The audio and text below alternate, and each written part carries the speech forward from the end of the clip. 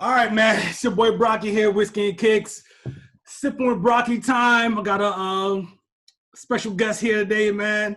My man, Bashea, right? Yeah, Bashea. Bashea Williams, all published author, licensed therapist, and we're here to talk some talk tonight. How you doing, man? I'm good, man. How you doing? How you been? I'm maintaining, man. It's been a while, right? Right, yeah, it's been a A while. lot of things have happened. Let's start this off right. Congratulations, you got married. I appreciate that, man. Yes, I did. A beautiful thing. Matter of fact, with my ring at, I think I was washing my hands. I took my ring off. Yeah. Oh, trouble. Might be in trouble. Oh, here you go. There you go. So look, man, I was there the night you and Tara Gates Williams, right. The night you guys met, we sat at the same table. So somehow they let me sit at the adult table. Yeah, that was so crazy how that all went down, though. But it's a beautiful thing, man. Yeah, man, I'm excited for you guys, and I'm just to let y'all know. I don't know if Tara's in the back listening or not, but I am putting myself up for adoption. If y'all need a child, I'm here to be down with y'all. I feel you.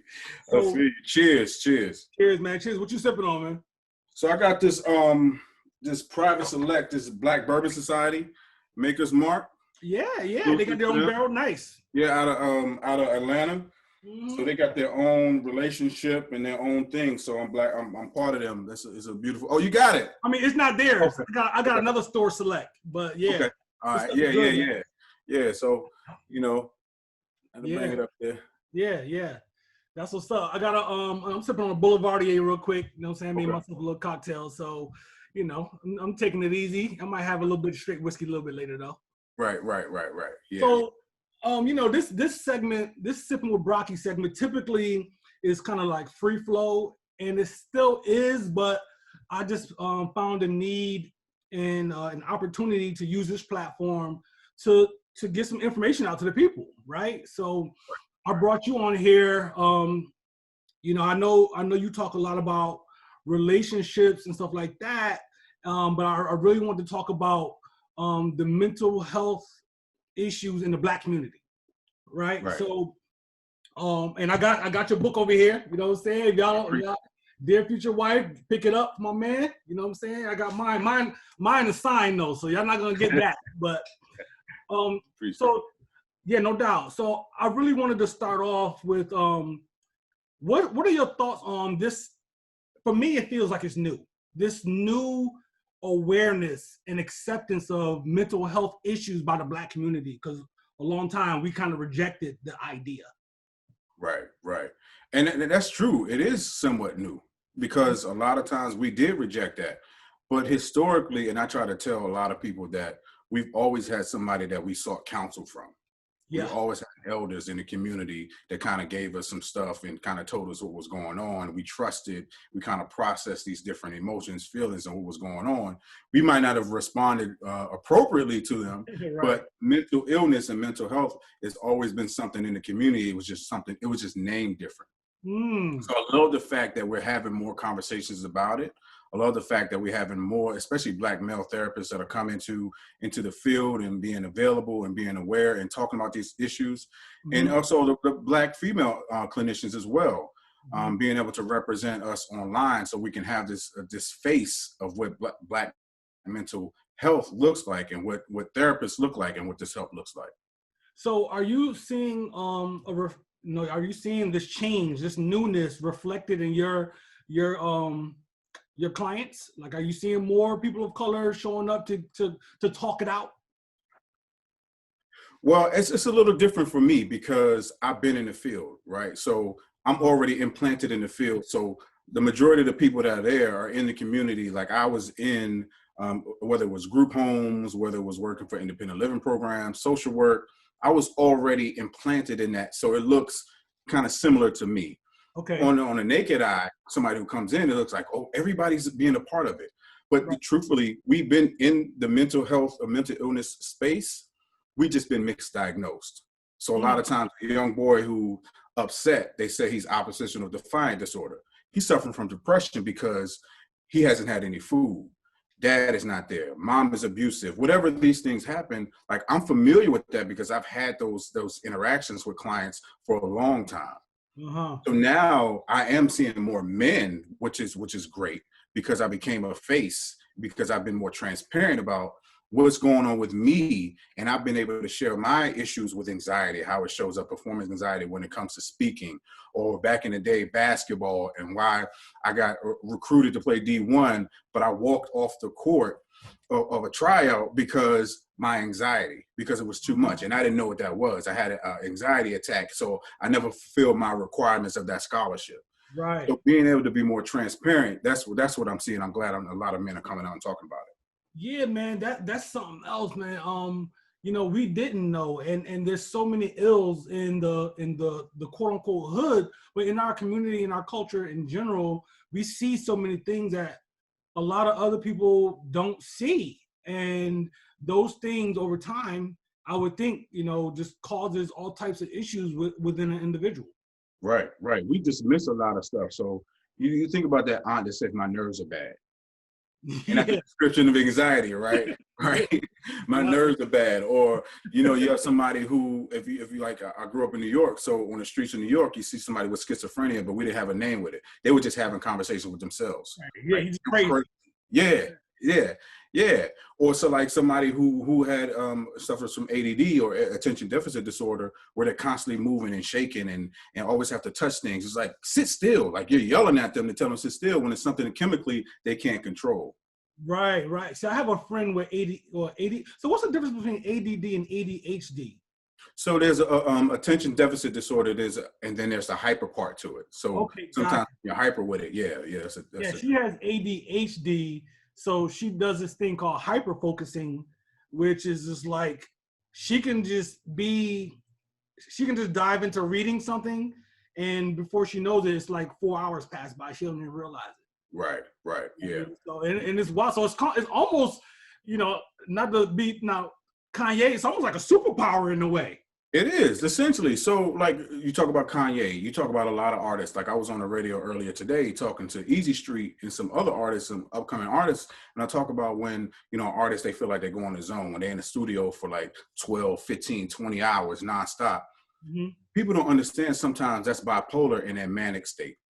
So if Wow. I'm manic, then I'm focused, I'm hyper focused. I don't need sleep. Like I have my own energy. My body's just going, just going, just going. But if I don't understand that, when I crash, I'm beating myself up. Like when I Oh, crash, yeah. I'm not Okay. meeting, the expectations or lining up with what I just did. But now I'm super low and I don't know what to do. Something's wrong with me. So what does the crash look like? Because I know what the level of, like, when you crash, what, they just like can't focus or something, or what? So it can be, it really depends on that individual. So the hyper is, you're constantly going. That's the manic stage. Right. You're constantly going. And when you crash, you don't want to move. It's almost like the super depression where you Yeah. don't want to get out of bed. You don't have energy to do anything. You can't even think straight. You can't even think to do anything because you're so down. You feel Right. weak. You feel powerless. You can't move. So the Right. super high to the super low, and there's no balance unless you really understand what you're dealing with.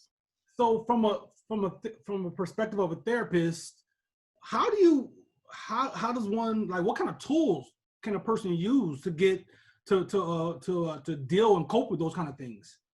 Well, the first thing, you have to recognize what's happening. So Hmm. once you come in and say, you know what, these are the things that I'm suffering from. I don't know what this is. Can you give me the language around what I'm struggling with? Yeah. So we go with the language of really understanding, and then we how does that show up for you? Hmm. So when you feel yourself kind of feeling manic, that's kind of like check in and slow down and ask yourself, is this a manic episode, or am I just hyper? Is it something that I drank? Is it something that I ate? Because foods and stuff triggers different things too. But Uh, you really, really understand. So what am I doing now? So if mhm. I'm giving you tools to really identify what it is, then I can give you tools to really address those things that are popping up. Okay, you said something interesting. So food. So I'm gonna go straight to, processed food, right? Does this type of stuff have? We know what it does physically, but this kind of stuff can manifest itself in an unhealthy way mentally also. So I don't know if it's direct correlation. That's not my specialty. But Okay, I got understand, like, if you think about if you overeat or if you eat certain foods and all of a sudden you feel tired. Like I okay. remember one time, me and my son, when Little Caesar had that bacon wrap bacon pizza, and like we ordered a pizza, we both had one slice, and then we were out 5 minutes after that. Yo, So it's word. like literally crash. We just went to sleep for the rest of the Oh man. So imagine that. Now, if you have a mental illness and you're triggered by something, it can be sparked by something, but your mental illness kicks in. Or something in your hormonal, because it's chemical as well. So it Okay. might trigger something else. So there is something in food and what we process, what we eat, because diet is essential to your mental health. Like all Absolutely. that works together. Absolutely. So let me ask you this. All right. So I haven't done research on this. This is just kind of something that I might have heard this maybe in subconscious. Um, I feel like there is a tie-in from a Black perspective with slavery. I feel like we are suffering from PTSD Absolutely. based off of what our ancestors went through. And to be honest, and we don't need to go into the other side, but I believe that white people are suffering from PTSD also because of what their ancestors did. But how do you feel about that idea of us actually things that happened in the past, manifesting now in our mental state? Absolutely. So there's a whole book, and there's a whole, I forgot the name of the author, the doctor, but it's post-traumatic slave syndrome. And Heard of if that. you look up that book and find out how it is impacting us today, our thought process, the way we move, the way we feel, the way we operate, the way we react, all those different things, because we carry trauma in our bodies. People think that it's something that we just remember, but it shows up. Imagine if you're having a bad day and you feel something in your stomach. If you're having a bad day, your neck starts to hurt. Your knee Yes, starts to that's hurt. me. All those things, right? All those things, we carry trauma in our bodies. So if we're constantly seeing that thing over and over again. Mm-hmm. So we never healed from the things that happened to us when we're slaves, because we never stopped being slaves in other areas of our lives today. So we're still experiencing those things. It's just showing up differently. And Right. we never took the time to say, you know what, this wasn't right, because again, it's continuously happening to us. We're not getting the education that we need. We're not getting the resources that we need. We don't have enough therapists. We don't have enough healing. It's a lot of different things that we have to do. So it is still prevalent, and we still experience those things. That's crazy, man. And yeah, I believe in that wholeheartedly. So, all right, so we're dealing with this baggage, right? And us as individuals, the stuff that we carry around, and and it's going to be different in every person, for the most part. And then you talk about trying to be in a relationship with another human being. So how do those things individually tie into the success or failure of relationships? Absolutely. If I think about using my wife and I as an example, right? So we met, we have over 40 years of history individually that we're combining at one time. Right. So all of her experiences match all of my experiences, and that's chaos until we decide to do the work. And that's one of the reasons why we got into therapy together before we even became, married. Before we got engaged in therapy, but we were already doing the work. So I already started doing the work before we met. She was doing the work before she met, and she was seeing how she showed up in relationships. I was seeing how I was showing up in relationships, and knew some of those things had to die in order for the relationship to live. Oh yeah, yeah. So it is, because if I'm dealing from heartbreak, I'm in protection mode every time I meet somebody, because I want to avoid what just happened to me. Yeah. And so I don't give another person a chance to get close to the place that I'm protecting. And that also protects me from being vulnerable, protects me from being available, protects the relationship from developing in a healthy way. All those things that we think we're doing is really detrimental to the progress of a relationship. So, man, that's deep stuff right there. So, what's the likelihood or probability of a person who recognizes that they have some type of issues, but they decide they want to handle it on their own? Mm-hmm. What's the probability of success in that type of thing? Because a lot of people do that. A lot of people are adverse to talking to somebody to help them with their finances, or they're averse to somebody helping them with their marriage, so on and so forth. They can, or averse to someone telling them individually what, how they can, giving them the tools and stuff. They want to handle it on their own. What's the likelihood or probability of success in a person doing that on their own? Well, I mean, I can't honestly give you numbers on that, but if you think about it, there's a lot of people who have successful relationships that haven't been in therapy. True. There's a lot of people who have successful businesses that never had a business coach or never went to school. So we can't really measure that. It's really up to that individual to see if I need to talk to someone, if I'm willing to talk to someone, is that something that I'm willing to invest in? Or do I have some tools that I can lean on that I've learned through reading, learned through connecting with other people, or learned through, whether they got a relationship with God or whatever it is, they found that internal strength to really address these issues that say, you know what, I'm doing some self-reflection myself, and I realize this is not going to work. If I want to get to this next step, I have to stop doing this one thing. Right, no doubt.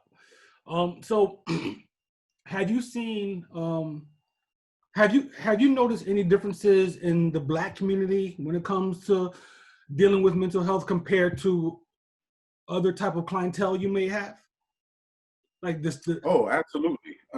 Yeah, absolutely. Like historically, therapy was okay. Like therapy was a good thing in other communities, especially talk about Caucasian communities. Like the kids were going to therapy at 3 or 4 or 5. Just because the mom was like, you know what, go talk to somebody. I don't want to deal with this. You take, and they expect the therapist to fix all those issues. So they develop relationships and resources. We have a distrust initially because we don't want our business outside of our house. Right. We don't want to show any type of vulnerability or weakness to say that I need somebody else to come and help me, because that gives access to what's happening in my home. And that might reveal some things that I'm not willing to share to someone, with someone, and that I look like the bad person. Yeah. So there's so many different layers of it that we're battling. And a lot of times we're battling ourselves and we're rejecting help. That's dude, you killed it just now, because I have a friend of mine coming on hopefully next week, and we're going to talk about, he's a businessman, and we're going to talk about playing the long game, instead of the short game when it comes to business and doing the kind of stuff that I do and this kind of stuff that he does. And we had a conversation, and I talked to him about the, I don't want to say lack of support, but the difficulty when dealing with people that look like me, Black folks or whatever, in regards to supporting what I'm doing. And he said that the distrust, the distrust is embedded so deep in us because of what we went through in the past that it you know what I'm saying, it becomes a difficult thing to overcome. Right. So we have that part, right? That was, kind of our personal experiences with each other. Yeah. So one of the things that I love to do is go to Africa, right? I learned so much, like true history of us and our culture, and how so many different things were set up for us to be divided as we were even brought over here. So many things were set up for us to be challenging to each other as they took control of us. Right. Whether mentally, spiritually, emotionally, psychologically, physically, all those different things, we still carry some of that. Yeah. And now we're fighting each other when we should be holding hands and fighting together. Right. But it's still, again, you can call it crabs in a barrel, you can call it whatever you want to call it. It still exists in our community, and we can't seem to get past it. And so it's so many different layers that we have to really address in order for us to get on the same page. Okay, so you just said another thing that now I want to kind of explore a little bit. And it's a bit of a segue. So you mentioned you like going to Africa. Right now, I have my my DNA test in with African ancestry and all that kind of stuff. So I know my dad's side goes to Gabon, right? So I'm trying to find out my mom's side. And I have this desire to know, right? So I see myself taking that journey in the upcoming years and whatnot. And so my question to you is, when you went, maybe the first time or the first couple of times, I'm not sure how many times you've been, did you feel an actual magnetic, was it an actual feeling that pulled you, that drew you into Africa? Absolutely. So I'll tell you what I've been. I've been to South Africa. I've been to Egypt. I've been to Ghana. I've been to Kenya. I think that's it. I think that's all I've been to. But each time, literally, you feel a presence. Wow. Like, especially when I was in Ghana, we did it for the year of the return. Yeah. So we actually went down to the last, what was it? I think it was the last bath or last shower, something like that. Yeah. Name. But we went down there and we had to sit in water, which still has gold in the water. Like you literally, you feel a presence. When you get off the plane, you feel a presence. You Wow. feel like home. You feel good. You feel regenerized. What is it? Energized? Energized? I can't even get my words out. Energized, right. Yeah. So you feel rejuvenated. Yeah, there we go. So you feel those things when you're there, and the people you can relate to. You have a connection. It's inviting. It's safe. But yeah, you just feel this energy. It's just something that's there, and it's just like you almost like, and they say like when you get there, welcome home. And Yeah. so you're like, yo, this is dope. This is dope. So have you ever considered like actually living there? I think I want to explore some more, and with my son here, you know, that would be. I just can't imagine, you know, at the times that I've been going anywhere without taking my son. Now having my wife and our daughter, so it's just like it would be a beautiful thing if everything was set up right. Yeah, I mean, I wouldn't. I'm not opposed to it. right. It's not like I ain't going back there, because a lot of times they're doing a better job, or maybe it's just me again. I'm coming from a different eye, but a better job of showing what Africa really looks like. Yeah. Like the most beautiful beach that I've ever been to was in Kenya. We went to Mombasa, stayed at a resort.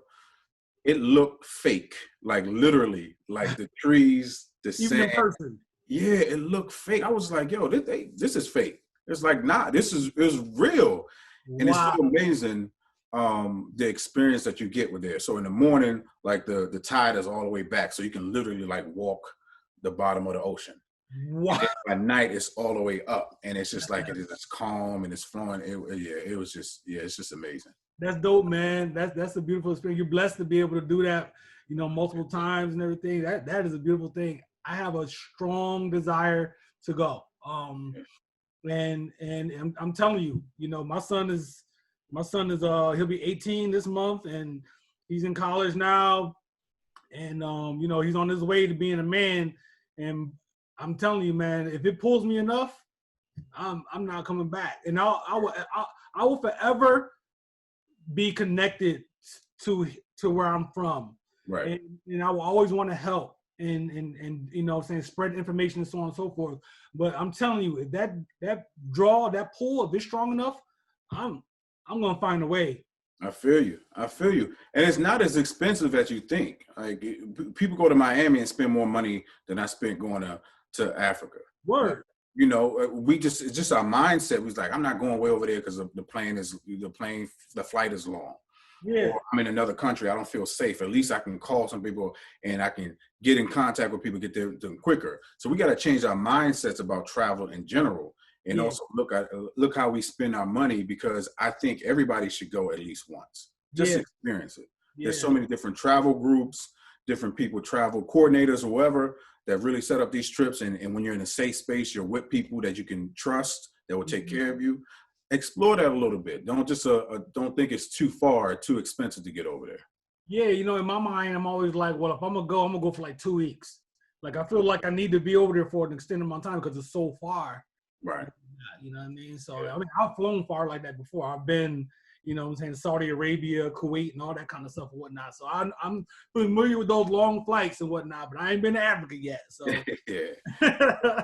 so let's lighten it up, man. Let's lighten it up, man. So you know, we had your profession and we know what you're doing and all that kind of good stuff, and it's fantastic work. I appreciate it, and I love what you're doing, you know, for the community and stuff like that.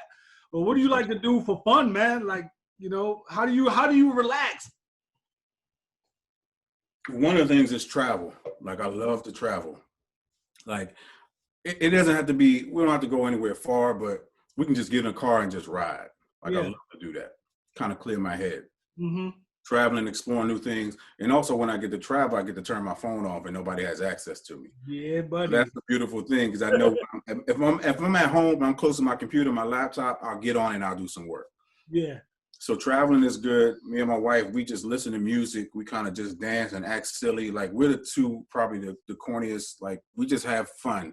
Like people don't think like we're all serious and stuff like that. But if there was a camera watching us and seeing how silly we are and how much fun we have and, and joking on each other and all that type of stuff, Yeah. That's some of the things I like to do. Hanging with my son, we in the house or whatever we're doing. I love to play basketball. I can't play basketball right now. I got a bad leg, knee, back, everything. So I'm kind of short with that. But watching TV, I love shoes. Like when you Okay, said, you're about to get to it in a couple seconds. listen, I love just like going shopping. I love hanging out with friends, going to brunch, you know, having some friends over, cocktails or whatever, all those different things, man. There's so many, like, I don't have like a set of things that this needs to happen for me to have fun. Yeah. It's an opportunity. So I think anything can be turned into fun. Yeah. I love to write and all that good stuff. Though, is that something that you had to teach? Because your profession is heavy. You're absorbing a lot of heavy information. Is that something you had to teach yourself to continue to make sure you have an outlet, or is this something that was just natural for you? It's probably both. You think about if you grew up in the hood, right? Mm-hmm. So you had to find outlets that got you away from the trauma. Yeah. So we had music, we had parties, we had, you know, we go play sports, all those different things just to get our minds off of what's the seriousness of not being able to eat, you know, not having the clothes like your friends got, being made fun of. So you had to become a comic yourself to kind of like, you know, hide the pain. Yeah. Those things helped me along the way. And so it transitioned. And I realized, you know, when I'm dealing with stuff, I don't want to take this home. I don't want to keep this on me. So what can I do like immediately after a session that's tough? Yeah. What can I do to kind of escape at a moment if I need to put on some music, if I need to, again, go for a ride, if I need to come in here and jump on the bed or hang on my wife or do something silly or whatever it is to kind of take my mind off of what just happened. No doubt. What's your favorite kind of music, man? What you listening to? So Bryson Tiller just came out his new album. That's my boy. Okay. I love Bryson Tiller, but a lot of old school music. I was funny because we were in the kitchen and I love old school hip hop too. Yeah. So I was like, Alexa, play old school hip hop. And she put on some old whack. I don't know what it was, bro. I was like, next song. Like, you know what? Alexa, connect my phone, and I just put on something. So it really depends on the mood. But I love pretty much all music. I was riding with my son yesterday because I even like go-go too. Okay. He was like, I don't like go-go. I was like, well, it wasn't forced upon you like it was on me. Right. So moving from New York, where it was all hip hop, East Coast, to Maryland, it was all go-go. And you had to listen to go-go because if you went to a party, go-go. It was go-go. Yeah. And it wasn't at the beginning of the night, it was in the middle of the night. If it wasn't in the middle, it was at the end of the night. And so you ended with go-go's on the radio. And then I was in a go-go band in my neighborhood. Word. Yeah, I was the rapper. You know, I was. Oh, man. So, Part 2 coming, y'all. Part 2 is on the way. Right. So, yeah, I love pretty much all music. I was talking to my mother a couple months ago, talking about like my first song that I love was Willie Nelson, On the Road Again. And so, and I'm in New York. Like my favorite song was Willie Nelson, but it was tied to Alvin and the Chipmunks, On the Road Again. I heard that, so I'm hearing that, and then I'm hearing that, and then I used to catch a van, or my sister, my cousin used to catch a van from my neighborhood in the Bronx all the way to Manhattan, and the driver used to play Phil Collins. So I used to listen to Phil Collins all the way to school. Yeah, that was a joint. Yeah, I love all that. I love that all that 80s stuff before hip hop really took off. Right. You know, all that stuff. So look, man, we getting low on time. Tell me about the sneaker story that you got. So listen, I posted this on Facebook. I was talking about how, you know, at one time, like I was at St. John's of Prospect Hall in Frederick, Maryland. We're the #1 team in the nation. We had a shoot-a-thon in order for everybody to get the shoes, right? Okay. And we had to get these people to pay for it. And I lived in the hood, so I didn't have enough people to pay for to sign up for my shoot-a-thon. So I was the only one on the team without the team shoes. Oh, word. Yeah, so that was detrimental to my mental health. Hell yeah. So listen, I got a job that summer and I bought every shoe I can buy. Straight up. And since then, any shoe like I'm still caring for that little boy who didn't have those shoes. So I go buy every shoe that I want. How much is that? It don't matter. I like those. Let me get those. Let me get those. So that's where my shoe game come from. I like a wide variety of shoes. It's not like one thing. I got the Jordans, but I like, different shoes too. I like outfit shoes. I try to get my son to get in the shoe game. He's just starting to get it, and I feel like I created a monster because he wants every shoe that I got. Yeah, man. They're impressionable. Like, my son is crazy with the sneakers too. Yeah. What's some of the joints you got behind you there, man? You got some Dolce & Gabbana joints. Yeah, I got the Dolce & Gabbana joints. Mm-hmm. I got the McQueens. Those McQueens is tough. I like those. I always like it. And of course, I got the Concords. You can't go anywhere with the Concords and the Breads. Indeed, those are DC favorites. Right. And over here, I got the Fear Gods that took me forever to get. Heavy. Okay. Right. Okay, wait a minute. Should I just cut the camera now? Really? Yeah. And some Off-Whites. Indeed. I like these. These joints were just sitting on it. I was like, they was calling me. I don't even like these diesel joints. Okay.